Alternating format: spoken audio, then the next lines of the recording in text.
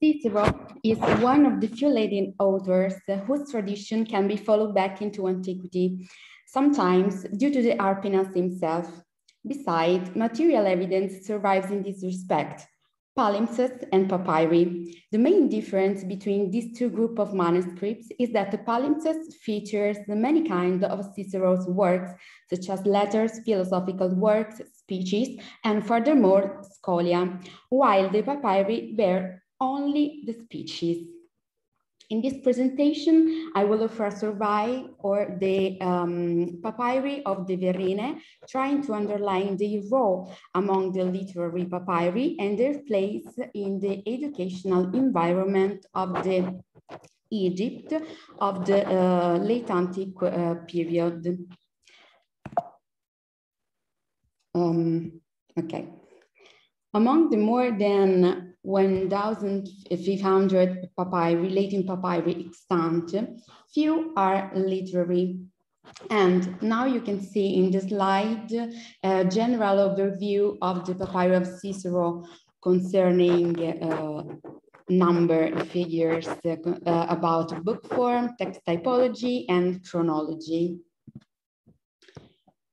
In the following slide, now you can see on the left side a diagram painting the distribution of literary papyri, and the darkest side of the column is concern the juridical papyri.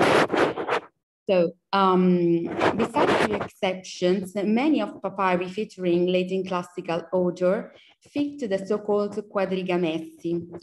As you can see, 37 documents bears Virgil, 7 Sallust, 2 Terence, and 11 Cicero. Concerning the dating, the Ciceronian papyri reflect perfectly the situation of the other literary texts from Egypt.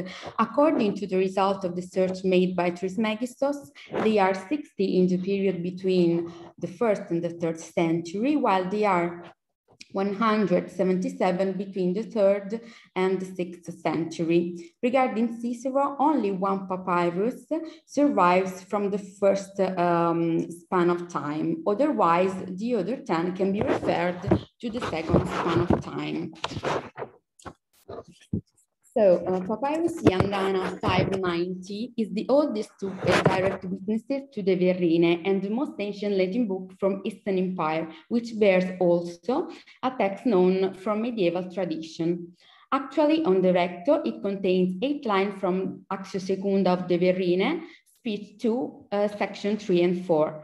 The right and upper margin are preserved.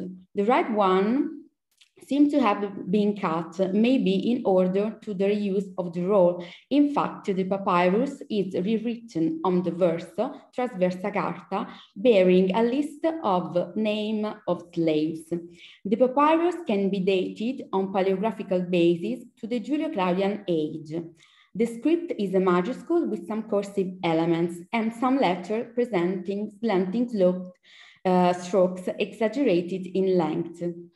The papyrus is particularly interesting due to the presence of different punctuation and reading marks.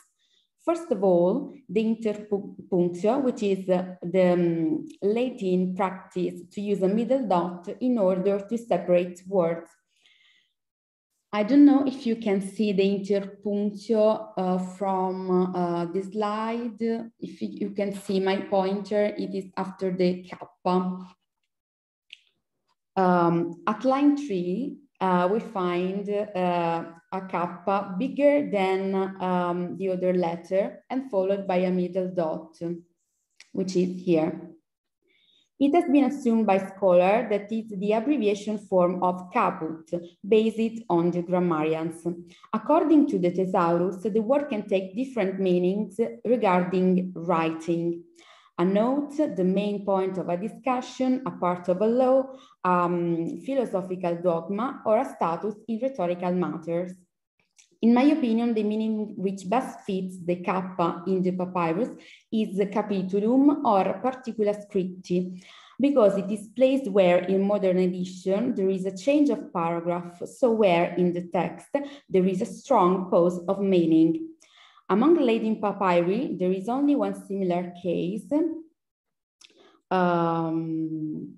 in the use of the kappa, and can be found in the PSAE 2242, which is a paraphrase in hexameters of the Aeneid.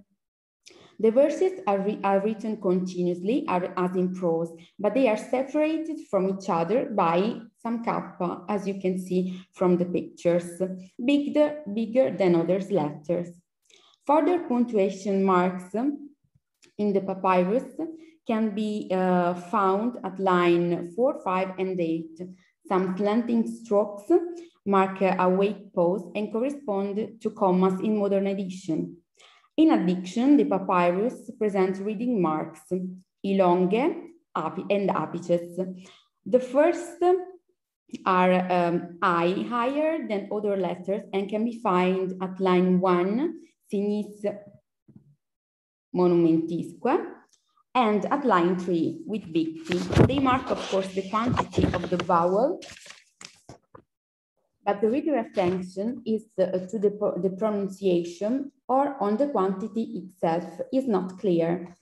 Instead, apices are slanting stroke placed above the long vowel. For example, line 1, we find urbes. On the line 3, we find denique. Line 6, we find manu. There is no agreement among the scholars about the correct position of the apex upon letari at line 2. Actually, it is posed upon letter R. On one hand, Spry believes that the correct addition is letari, even if the E is oblong. On the other hand, Zyder supposes that the apex belongs to the letter A, letari, followed by Ballaria. At line 7, finally, we find the lecture Clauderetur, which accords to the best manuscript of the tradition. Papyrus of Oxyrhynchus 1097 plus 1251 plus Picon 149 is a papyrus codex housed between the British Museum and the University Collection of Cole. It can be referred to the 5th century on paleographical basis. This papyrus testifies a sequence of species ordered by no conventional criteria, neither chronological or alphabetical. It bears the Imperio nei Pompei, in verrem actio secunda, speech 1, section 19, and speech 2, section 312, and part of the Procellio. According to Zyder, the complete text of these 4 species would have occupied 4 quaterniones, so it can be easily hypothesized that the codex could have featured other species. It is noteworthy, in my opinion, that the compiler of this anthology, which is an unicum among Latin literary papyri, chose to make a selection in the corpus of the Verrinae, starting to copying from the Actio Secunda.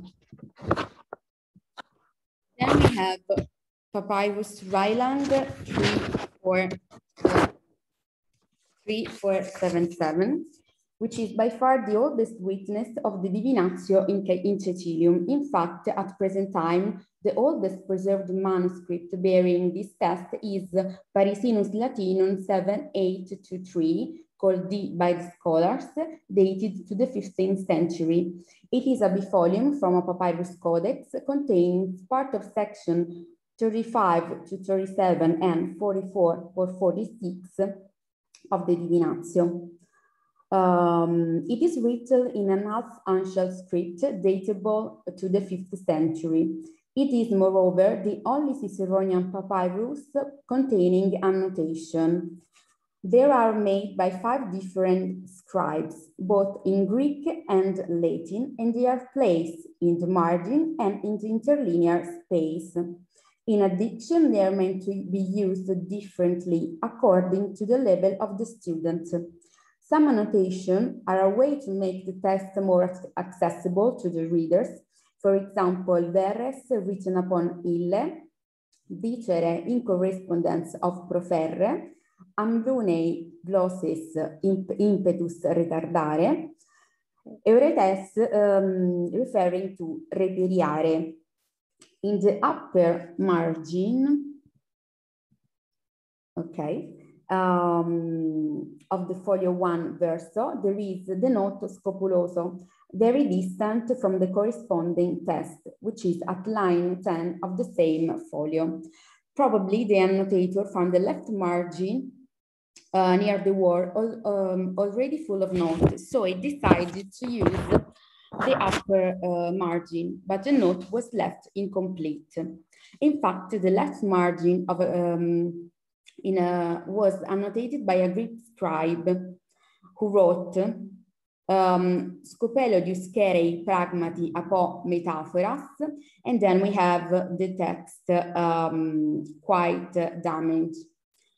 Different from the previous notes, this one is more complex and it is addressed to an expert reader, someone knowing what is a metaphor and may be interested in rhetorical questions. The metaphorical use of scopuloso can be found in Latin literature only in Pseudo-Quintilianus Declamatio Minor 259, quoting clearly this passage of the Divinatio. Another technical annotation can be found in the right and lower margin of folio 1 recto. It is written both in Latin and Greek, and it concerns the indicium, a crime committed by two people together. This is the longest surviving annotation among Latin papyri, and it perfectly fits the cultural environment of the 5th century. In fact, it is juridical context and bilingual script match the contemporary juridical papyri. Finally, we have PSE 120, which is a scrap from a papyrus codex currently housed at the Biblioteca Medici Laurenziana in Florence, bearing the first speech of the Actio Secunda of Verrinae, paragraph 61, 62, 63. It is written in a quite well executed half uncial, and presumably it was a private copy belonging to an officer. From the textual point of view, it is the most interesting Ciceronian papyrus because it brings the correct lexio against all the medieval tradition. In fact, at line 1 on the recto, it can be read cepisse est aliqua, while all the manuscript bears the lexion confecisse est aliqua. Starting from clothes, cepisse was accepted in the text by some editors, such as Bellardi and Ricchieri. I agree with scholars who choose cepisse in their ediction, because the word meaning to start fits better the context. Moreover, cepisse is indirectly confirmed as a good lexion from the Pseudo Asconius, who says, aliquando cepisse correctio erroris in medius. Finally, looking at the whole context, at the whole text, it's easy to understand the reason for the mistakes by the scribe. As you can see, confecisse, confecisse, fecisse, and then cepisse with the error confecisse. Now, to sum up, what can we say about the papyri of the Verrinae? Among the 11 Ciceronian papyri, 4 bears the Verrinae, again the 6th bearing the Catilinarians. They belong to an educational environment, yes, for sure, concerning Papyrus Ryland 3477 and Pigliandana 590. Instead, for different use, because reading marks belonging to Papyrus Yandane are meant to be some helping to the students of rhetoric in order to learn how to pronounce and to make a declamatio during a trial, while Papyrus Ryland 3477 is annotated. The speeches surviving from the papyrus scrap, not only the Verrinae, nearly correspond to the choice made by the grammarians according to the index of Kyle. The most quoted speeches are in fact the Verrinae, the Catilinaria, the Procluentio, and the Procelio. Thank you very much for your attention.